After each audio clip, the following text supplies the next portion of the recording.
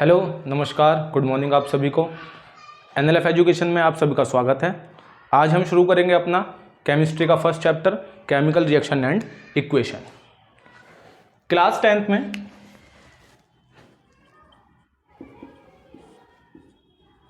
Chemistry का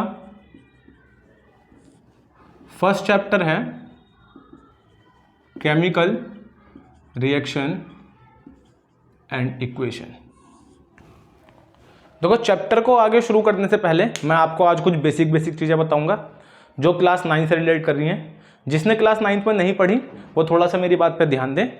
और एक चीज़ और करना आज सभी, पहली चीज़ तो वीडियो को देखने से पहले एक कॉपी और एक पेन निकाल के बैठे। जो मैं लिखवाता जाऊँगा आप उसको साथ साथ में नोट डाउन करते जाइएगा। दूसरी चीज़ ये कि क्लास 9 में हमने 13 एलिमेंट्स पढ़े थे। आप उन 13 एलिमेंट्स को लर्न करेंगे और उनका इलेक्ट्रॉनिक कॉन्फ़िगरेशन लिखना सीखेंगे। ठीक है, आइए शुरू करते हैं। बेसिक से शुरू करते हैं। बिल्कुल, मैं आपसे बोलता हूं कि कोई एलिमेंट है, मान लीजिए X, इसका एटॉमिक नंबर है 11, इलेक्ट्रॉनिक कॉन्फ़िगरेशन बनेगा 2 8 1। हमने क्लास 9 में पढ़ा था शेल होती हैं, शेल का नोटेशन करते हैं हम लोग K L M N and so on. तो पहले शेल में 2 इलेक्ट्रॉन आते हैं, दूसरे शेल में 8 इलेक्ट्रॉन आते हैं, थर्ड में फिर से 8 आते हैं।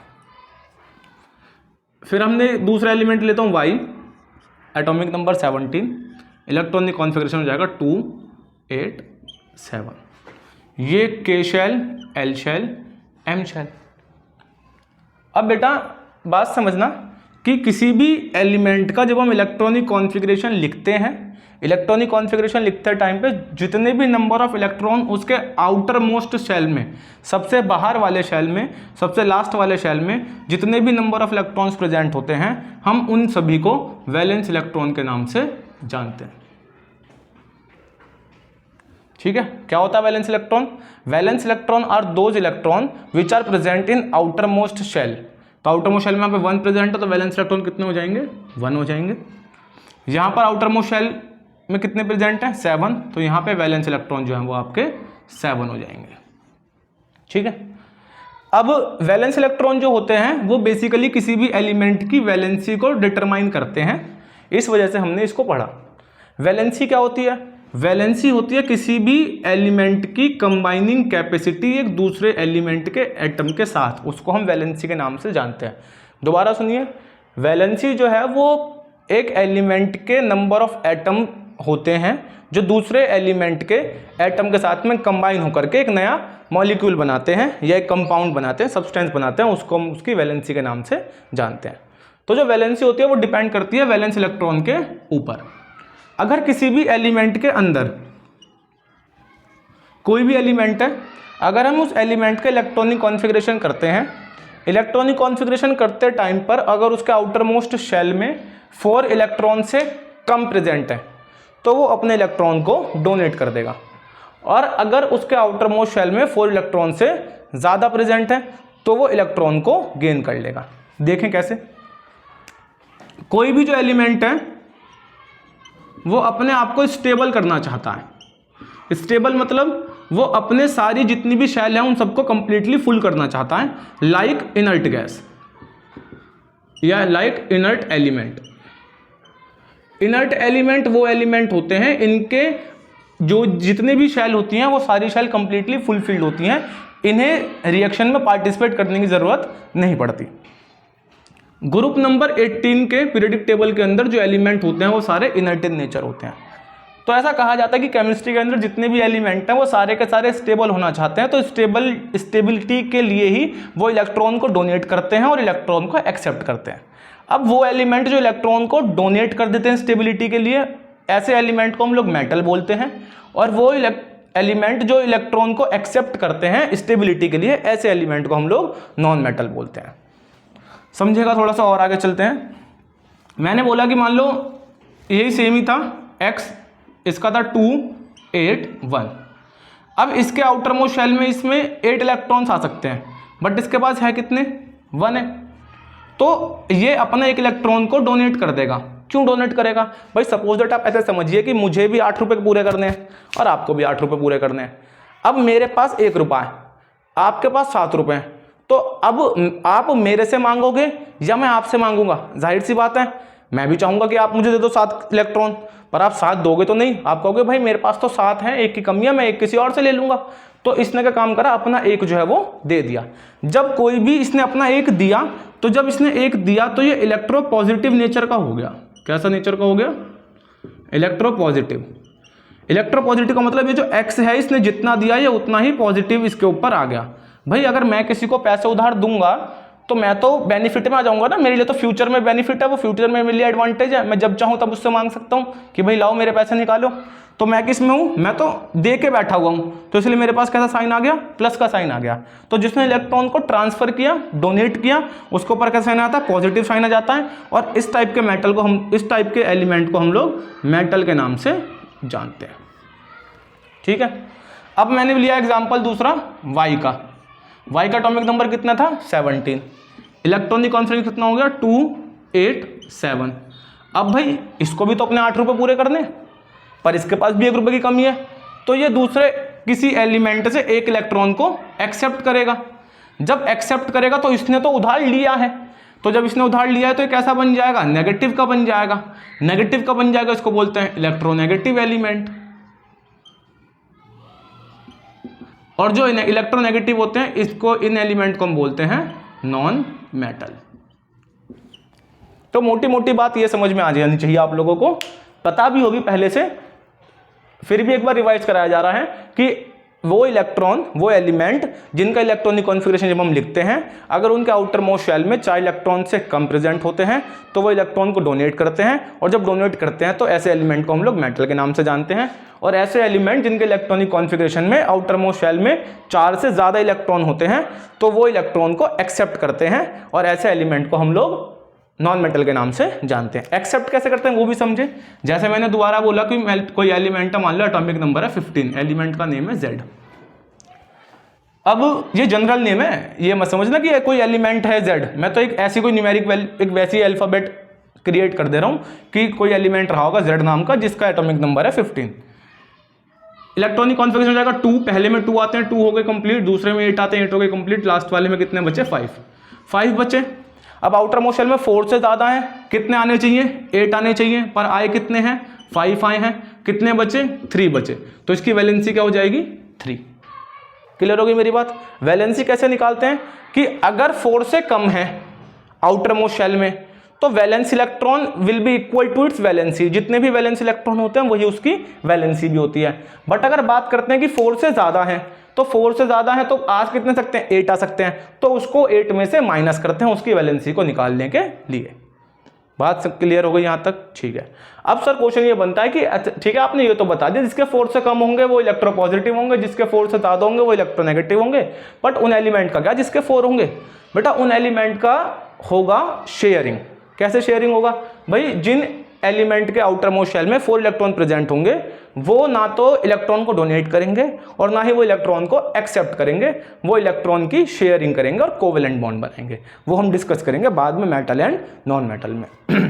अभी तक के लिए इतना समझ में आया? ठीक है। अब देखेंगे वैलेंसी। वैलेंसी मैंने बताया combining capacity of element with other element is known as valency. Valency basically 3 तरीके की होती है। पहला होता है मोनोवैलेंट, दूसरा होता है डाइवैलेंट, और थर्ड होता है ट्राइवैलेंट। मोनो का मतलब 1, अब 1 प्लस का भी हो सकता है, माइनस का भी हो सकता है, मतलब मेटल की भी बात कर रहे हैं और नॉन मेटल की भी बात कर रहे हैं। जिसकी वैलेंसी 1 होती है उसको हम क्या बोलते हैं? मोनोवैलेंट। डाई का मतलब होता है 2, जिसकी वैलेंसी 2 हो, चाहे तो वो प्लस की हो चाहे वो माइनस की हो, उसको हम बोलते हैं डाइवैलेंट। ट्राई का मतलब क्या है? 3, जिसकी वैलेंसी 3 हो, उसको बोलते हैं हम लोग ट्राइवैलेंट। ठीक है, यहां तक नोट करिए, या तो स्क्रीनशॉट ले लीजिए वीडियो को पॉज करके, जब तक मैं इसको रफ करके आगे करते हैं। हम एग्जाम पढ़ेंगे कुछ एलिमेंट के एग्जाम्पल कि मोनोवैलेंट कौन से एग्जाम्पल हैं, डाइवैलेंट कौन से एग्जाम्पल हैं और ट्राइवैलेंट कौन से एग्जाम्पल है। ठीक है, नोट कर लीजिए यहां तक आप लोग।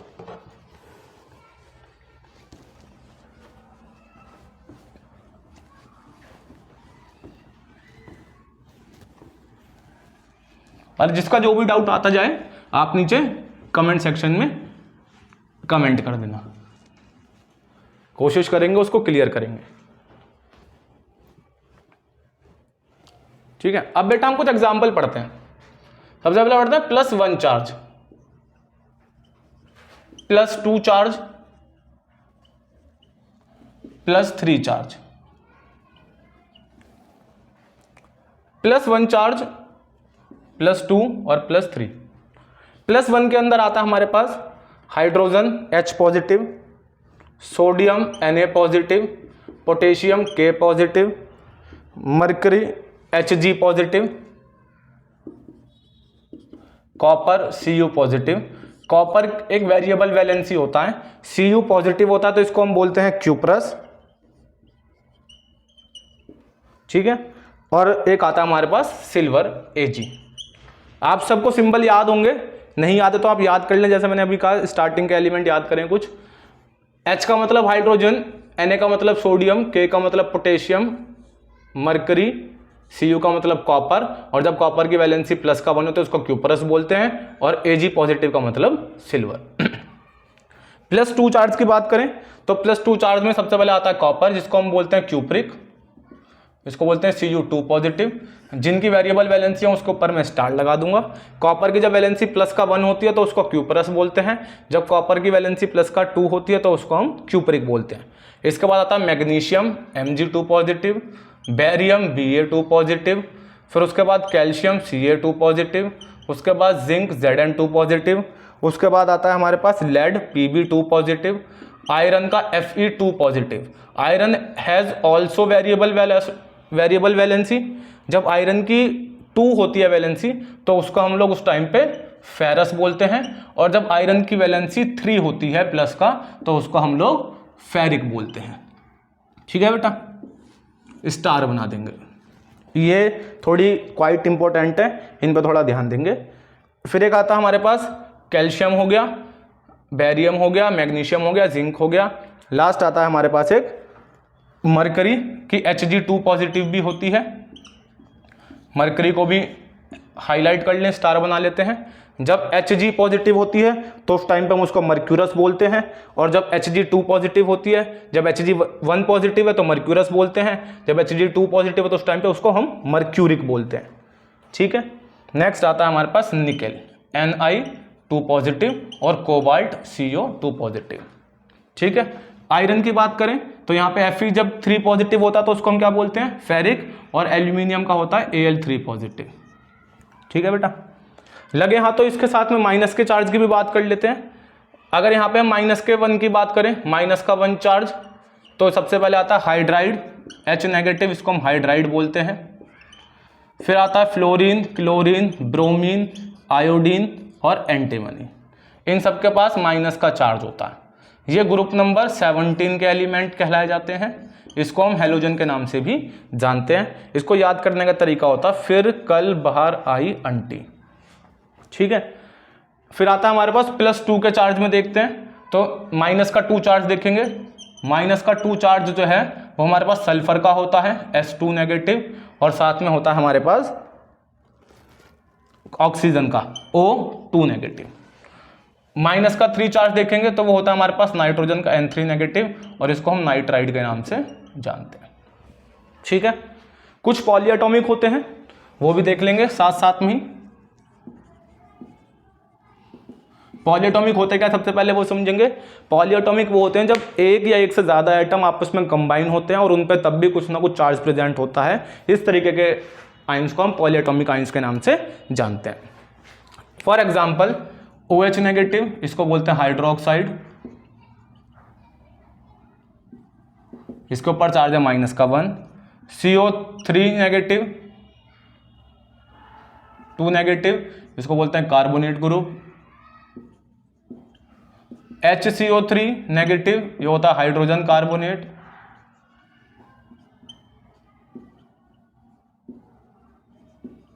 या फिर इसको हम बाइकार्बोनेट के नाम से भी जानते हैं। एक आता है SO4 2 नेगेटिव, इसको हम बोलते हैं सल्फेट, चार्ज इसके ऊपर -2। एक आता है NO3 नेगेटिव, इसको हम बोलते हैं नाइट्रेट, चार्ज इसके ऊपर -1, ठीक है। एक आता है हमारे पास परमैंगनेट, उसका होता है KMnO4, MnO4, चार्ज -1, ये होता है परमैंगनेट।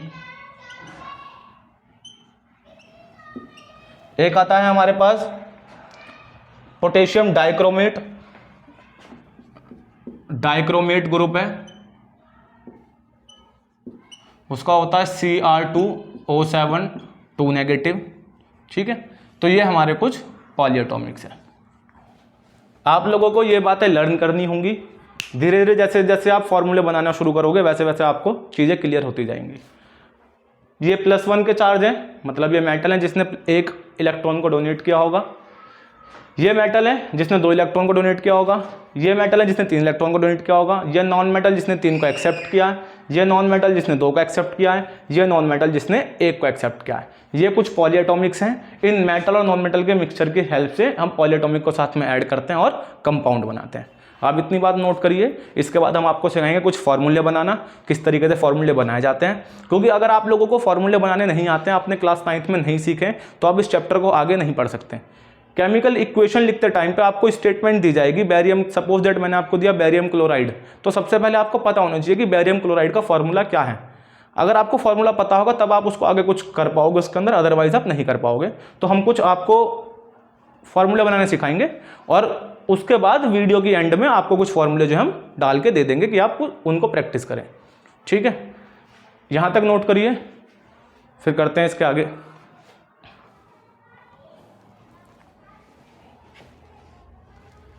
हटा दूं इन सबको, चलिए अब हम पहले कुछ पढ़ेंगे फॉर्मूले।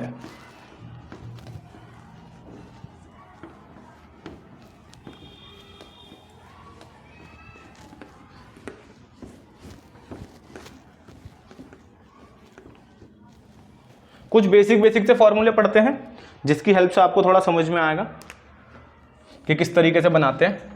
जैसे मैंने बोला हाइड्रोजन क्लोराइड, हाइड्रोजन का वैलेंसी 1, अभी पीछे हमने डिस्कस किया। क्लोरीन का सिंबल Cl होता है, वैलेंसी 1, क्रॉस मल्टीप्लाई करेंगे बनेगा फॉर्मूला HCl। इसका कॉमन नेम होता है हाइड्रोक्लोरिक एसिड। ठीक है, कैसे बनाते हैं फॉर्मूला? हाइड्रोजन का सिंबल H, उसके नीचे उसका चार्ज लिखा, क्लोराइड का सिंबल Cl, उसके नीचे उसका चार्ज लिखा, क्रॉस मल्टीप्लाई करा दी, फॉर्मूला बना HCl। इसको बोलेंगे हाइड्रोक्लोरिक एसिड। दूसरा, हमने हाइड्रोजन को रिएक्ट करवा दिया सल्फेट के साथ, तो हाइड्रोजन का H1, सल्फर का SO, सल्फेट के ग्रुप का जब बताया SO4, charge 2 negative, cross multiply, formula क्या बना H2SO4। इसका कॉमन नेम होता है सल्फ्यूरिक एसिड। ठीक है, थर्ड बताते हैं सोडियम क्लोराइड।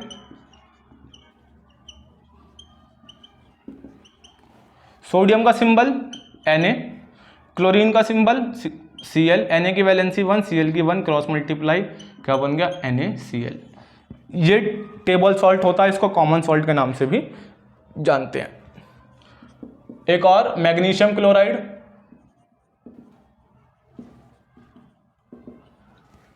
मैग्नीशियम का सिंबल Mg, वैलेंसी 2, क्लोरीन का symbol Cl, valency 1, cross multiply करा, फॉर्मूला बना MgCl2, magnesium chloride. Aluminium oxide बनाएंगे।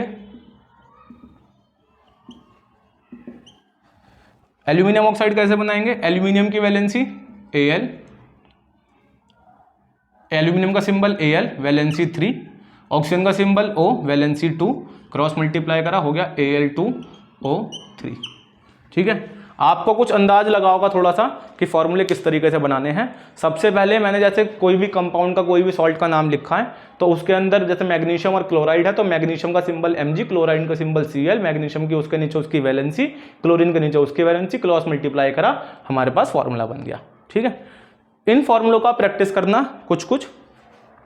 अब हम आपको सिखाएंगे, ऐसे 25 सॉल्ट बताऊंगा आपको, जिन 25 सॉल्ट का आपको कलर भी याद करना होगा, क्योंकि अभी केमिस्ट्री में जैसे हम इस चैप्टर में चलेंगे केमिकल रिएक्शन, तो एक टॉपिक आता है characteristics of chemical reaction. It means कि हम किस तरीके से ये आइडेंटिफाई कर पाएंगे कि यहाँ पर केमिकल रिएक्शन हुई है। तो उसके कुछ सिम्टम्स होते हैं, तो उसमें एक सिम्टम होता है चेंज इन कलर। तो हम कुछ सॉल्ट पढ़ेंगे जो आपके लिए पूरी केमिस्ट्री के अंदर वो 25 सॉल्ट्स आपको बहुत हेल्प करने वाले हैं फर्स्ट से लेकर थर्ड चैप्टर तक, चाहे वो एसिड बेस सॉल्ट हो, चाहे वो आपका मेटल एंड नॉन मेटल हो। आप इन 25 सॉल्ट को अच्छे तरीके से लर्न कर लेना, इनके कलर को लर्न कर लेना, काम में आने वाले हैं, एमसीक्यू में ही बन करके कभी कभी पूछ लिया जाता।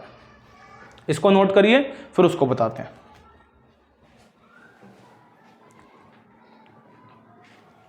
इसको हटा देते हैं।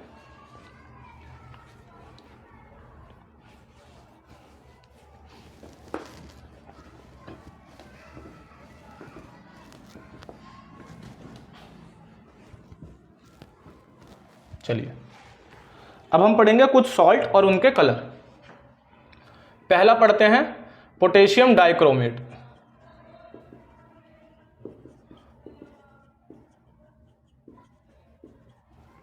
पोटेशियम का सिंबल 1, डाइक्रोमेट का मैंने भी आपको बताया C2R2 Cr2O7 2 नेगेटिव। तो पोटेशियम की वैलेंसी 1, इसकी वैलेंसी 2, क्रॉस मल्टीप्लाई करी, फॉर्मूला बना K2Cr2O7 और इसका कलर होता है ऑरेंज।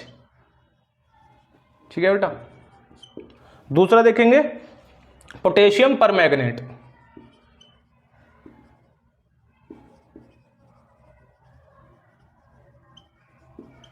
पोटेशियम का सिंबल के, परमैंगनेट का जो बताया MnO4 चार्ज 1, क्रॉस मल्टीप्लाई करी, ये क्या हो गया आपका, बना KMnO4 और इसका कलर होता है वॉयलेट कहें या कहीं कहीं पे इसका पर्पल भी लिखा होता है। बेटा याद करने बहुत ज़रूरी है, मैं सर्कल करता जा रहा हूँ कलर के ऊपर। थर्ड आता है हमारे पास फेरस सल्फेट।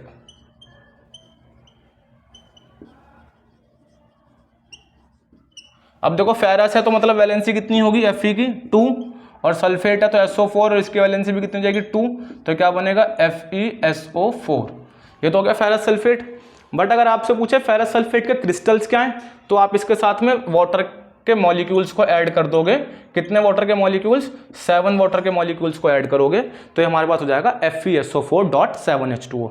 अगर आपसे पूछा जाता है कि फेरस सल्फेट एनहाइड्रस बताएं, तो एनहाइड्रस का मतलब होता है जहां पर वाटर के मॉलिक्यूल की प्रेजेंस नहीं है, तो सिर्फ आप लिखोगे FeSO4। और इस टाइम पे ये जो फेरस सल्फेट के क्रिस्टल्स हैं इसका कलर होता है ग्रीन। फिर आता है 4th नंबर पे हमारा फेरिक ऑक्साइड।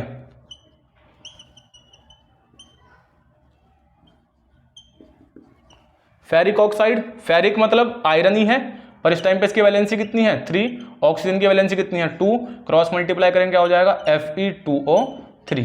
इसका कलर होता है ब्राउन और ये रस्ट का फॉर्मूला भी होता है, जो आयरन पे रस्ट लगता है उसका फॉर्मूला यही होता है Fe2O3।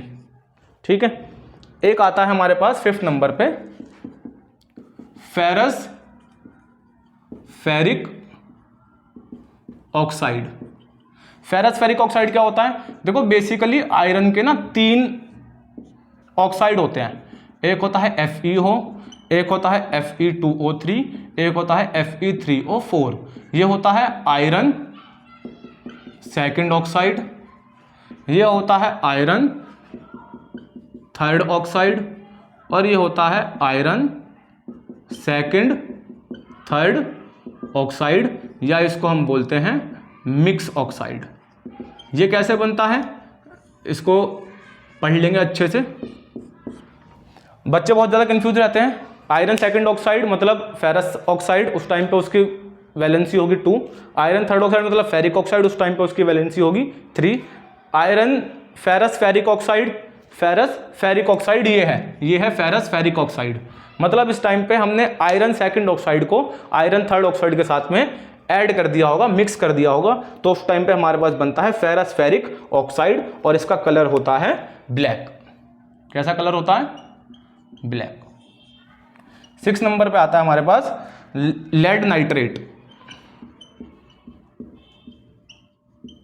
लेड का सिंबल Pb, नाइट्रेट का सिंबल NO3, इसकी वैलेंसी 1, लेड की वैलेंसी 2, क्रॉस मल्टीप्लाई, ये हो गया PbNO3 का होल ट्वाइस और इसका कलर होता है वाइट। ठीक है। 7th आता है हमारे पास लेड आयोडाइड। और लेड ऑक्साइड, और एक आता है लेड ऑक्साइड। देखें लेड आयोडाइड बनाएंगे, लेड का सिंबल Pb, वैलेंसी 2, आयोडीन का I, वैलेंसी 1, क्या बनेगा PbI2। लेड ऑक्साइड बनाएंगे, Pb की वैलेंसी 2, ऑक्सीजन की वैलेंसी 2, क्रॉस मल्टीप्लाई करेंगे, फॉर्मूला बनेगा PbO। लेड आयोडाइड और लेड ऑक्साइड दोनों का ही कलर होता है येलो। ठीक है, तो ये हो गया आपका 7 और ये हो गया आपका 8।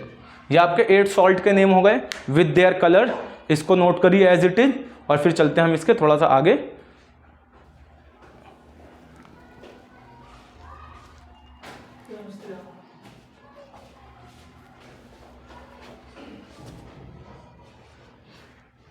नोट कर लिया, चलिए आगे बढ़ते हैं थोड़ा सा।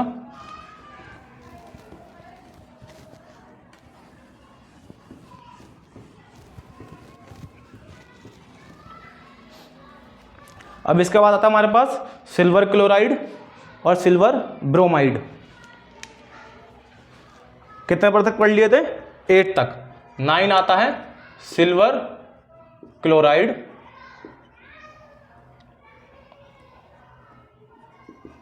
और एक आता है 10 सिल्वर ब्रोमाइड।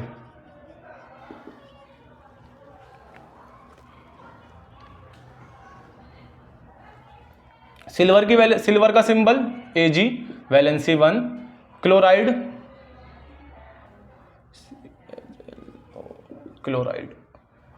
Cl का क्लोराइड का सिंबल Cl, वैलेंसी 1, क्या बनेगा फॉर्मूला AgCl। इसकी बात करें सिल्वर का Ag, ब्रोमीन का Br, इसकी 1 फॉर्मूला क्या बनेगा AgBr, क्रॉस मल्टीप्लाई करके। सिल्वर क्लोराइड होता है वाइट कलर का, सिल्वर ब्रोमाइड होता है येलो कलर का। ठीक है, और ये दोनों सॉल्ट जो हैं वो इस्तेमाल में आते हैं, कमर्शियल यूज होता है इसका ब्लैक एंड वाइट फोटोग्राफी। ठीक है, आप पढ़ेंगे आगे चैप्टर में कि सिल्वर क्लोराइड और सिल्वर ब्रोमाइड का जो इस्तेमाल होता है वो ब्लैक एंड वाइट फोटोग्राफी में होता है। उस ब्लैक एंड वाइट फोटोज के फिल्म के ऊपर जो हम सॉल्ट लगाते हैं वो सिल्वर क्लोराइड और सिल्वर ब्रोमाइड का ही लगाते हैं। ठीक है, इसका सिल्वर क्लोराइड का कलर होता है वाइट और सिल्वर ब्रोमाइड का कलर होता है येलो।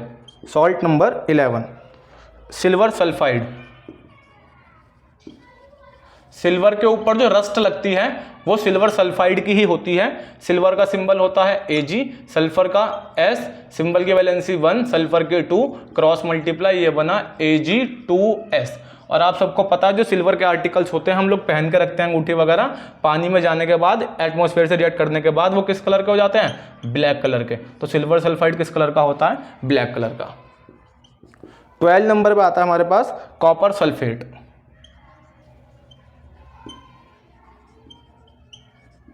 कॉपर का सिंबल Cu, सल्फेट का SO4, इसकी वैलेंसी 2, इसकी वैलेंसी भी 2, फॉर्मूला क्या बना CuSO4। अब इसके साथ भी आयरन वाला केस होता है कि अगर फेरस सल्फेट है तो उसके साथ में वाटर के मॉलिक्यूल्स प्रेजेंट होंगे। वहाँ पे 7 वाटर के मॉलिक्यूल्स प्रेजेंट होते थे और यहाँ पर 5 वाटर के मॉलिक्यूल्स प्रेजेंट होंगे। अगर कॉपर सल्फेट के क्रिस्टल की बात करी है तो CuSO4.5H2 होगा, और अगर आपसे एनहाइड्रस कॉपर सल्फेट बोला है तो आप नॉर्मल CuSO4 ही लिख देंगे। तो यहाँ पे इसका कलर हो जाएगा ब्लू। 13 आता है सिल्वर ऑक्साइड।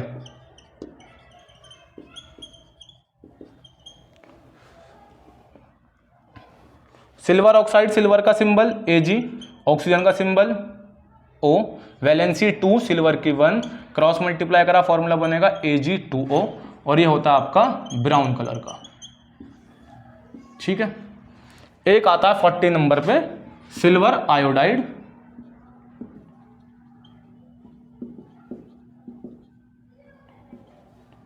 सिल्वर का सिंबल Ag, आयोडीन का I, वैलेंसी इसकी भी 1, इसकी भी 1, क्रॉस मल्टीप्लाई क्या बनेगा AgI, और इसका कलर होता है येलो, और कहीं कहीं पर वाइट भी मेंशन है। तो आप येलो और वाइट दोनों ही याद कर लें।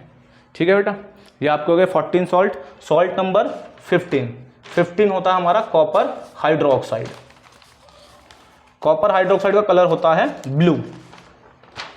फॉर्मूला बना के दिखा दूंगा। 15 नंबर पे कॉपर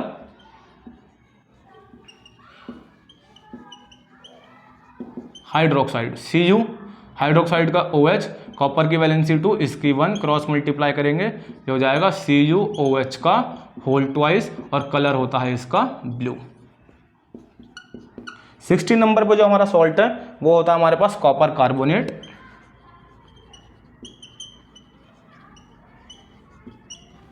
कॉपर कार्बोनेट, कॉपर का सिंबल Cu, कार्बोनेट का CO3, इसके पास 2, इसके पास भी 2, फॉर्मूला बनेगा क्रॉस मल्टीप्लाई करके CuCO3। भाई ये पॉजिटिव का 2 है, नेगेटिव का 2 है, तो पॉजिटिव का 2 और नेगेटिव के 2 से आपस में वो कैंसिल आउट हो जाते हैं, इसलिए सिर्फ फॉर्मूला क्या बनेगा, कॉपर कार्बोनेट बनेगा और इसका कलर होता है ग्रीन। कॉपर के ऊपर आप पढ़ोगे कोरोजन के टॉपिक में, कॉपर के ऊपर, कॉपर वेसल्स के ऊपर जो रस्ट लगती है वो ग्रीन कलर की लगती है और उसका फॉर्मूला होता है basic copper carbonate. Formula name होता है बेसिक कॉपर कार्बोनेट, फॉर्मूला होता है CuCO3.CuOH का होल ट्वाइस। ठीक है, इसे नोट करिए यहां तक, फिर आगे शुरू करते हैं।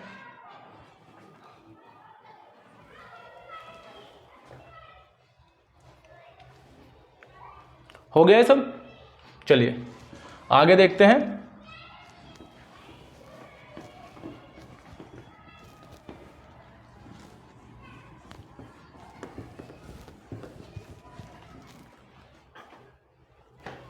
नेक्स्ट आता है हमारे पास 17 नंबर, कॉपर सेकंड ऑक्साइड या फिर कॉपर सल्फाइड। अब देखो कॉपर सेकंड ऑक्साइड है तो Cu2, ऑक्सीजन के नीचे भी 2, क्रॉस मल्टीप्लाई, फॉर्मूला क्या बन जाएगा CuO। कॉपर सल्फाइड का बनाएंगे तो Cu2, सल्फर के नीचे 2, फॉर्मूला क्या बन जाएगा CuS। दोनों का कलर होता है हमारे पास ब्लैक। कॉपर ऑक्साइड और कॉपर सल्फाइड दोनों का कलर क्या होता है, ब्लैक होता है। तो ये होगा 17 और कॉपर सल्फाइड हो गया हमारा 18। नंबर 19 नंबर पे आता है हमारे पास सिल्वर नाइट्रेट। सिल्वर का सिंबल Ag, नाइट्रेट का NO3, वैलेंसी 1 1, क्रॉस मल्टीप्लाई करेंगे हो जाएगा AgNO3, कलर होता है इसका वाइट। 20 नंबर आता है हमारे पास कैल्शियम सल्फेट।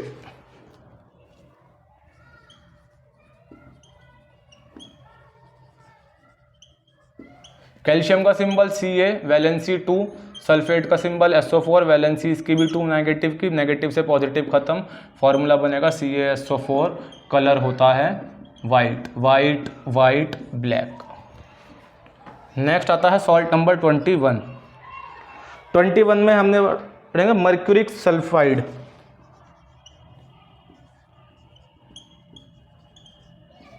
मर्क्यूरिक है मतलब वैलेंसी 2 होगी, सल्फाइड है तो मर्क्यूरी का सिंबल Hg2, सल्फाइड का 2, खत्म, ये क्या बनेगा आपके पास HgS और इसका कलर होता है ब्लैक। फिर आता है 22 नंबर पे मर्क्यूरिक ऑक्साइड। मर्क्यूरिक है तो Hg, वैलेंसी 2, ऑक्सीजन है तो O, valency 2, cross multiply, formula बनेगा HgO और ये होगा आपका ऑरेंज कलर का। फिर आता है 23 नंबर पे आता है हमारे पास बैरियम सल्फेट।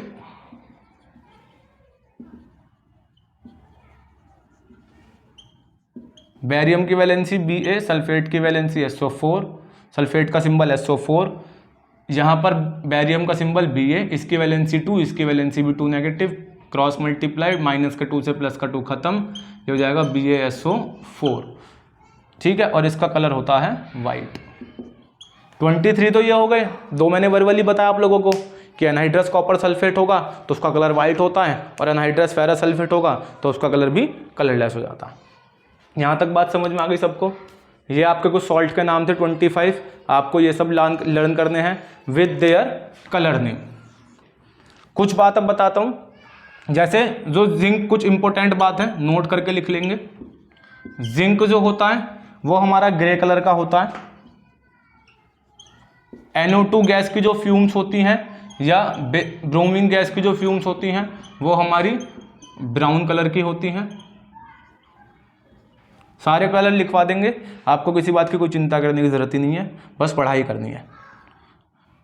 उसके बाद आपका जो कॉपर होता है वो ब्राउन कलर का होता है,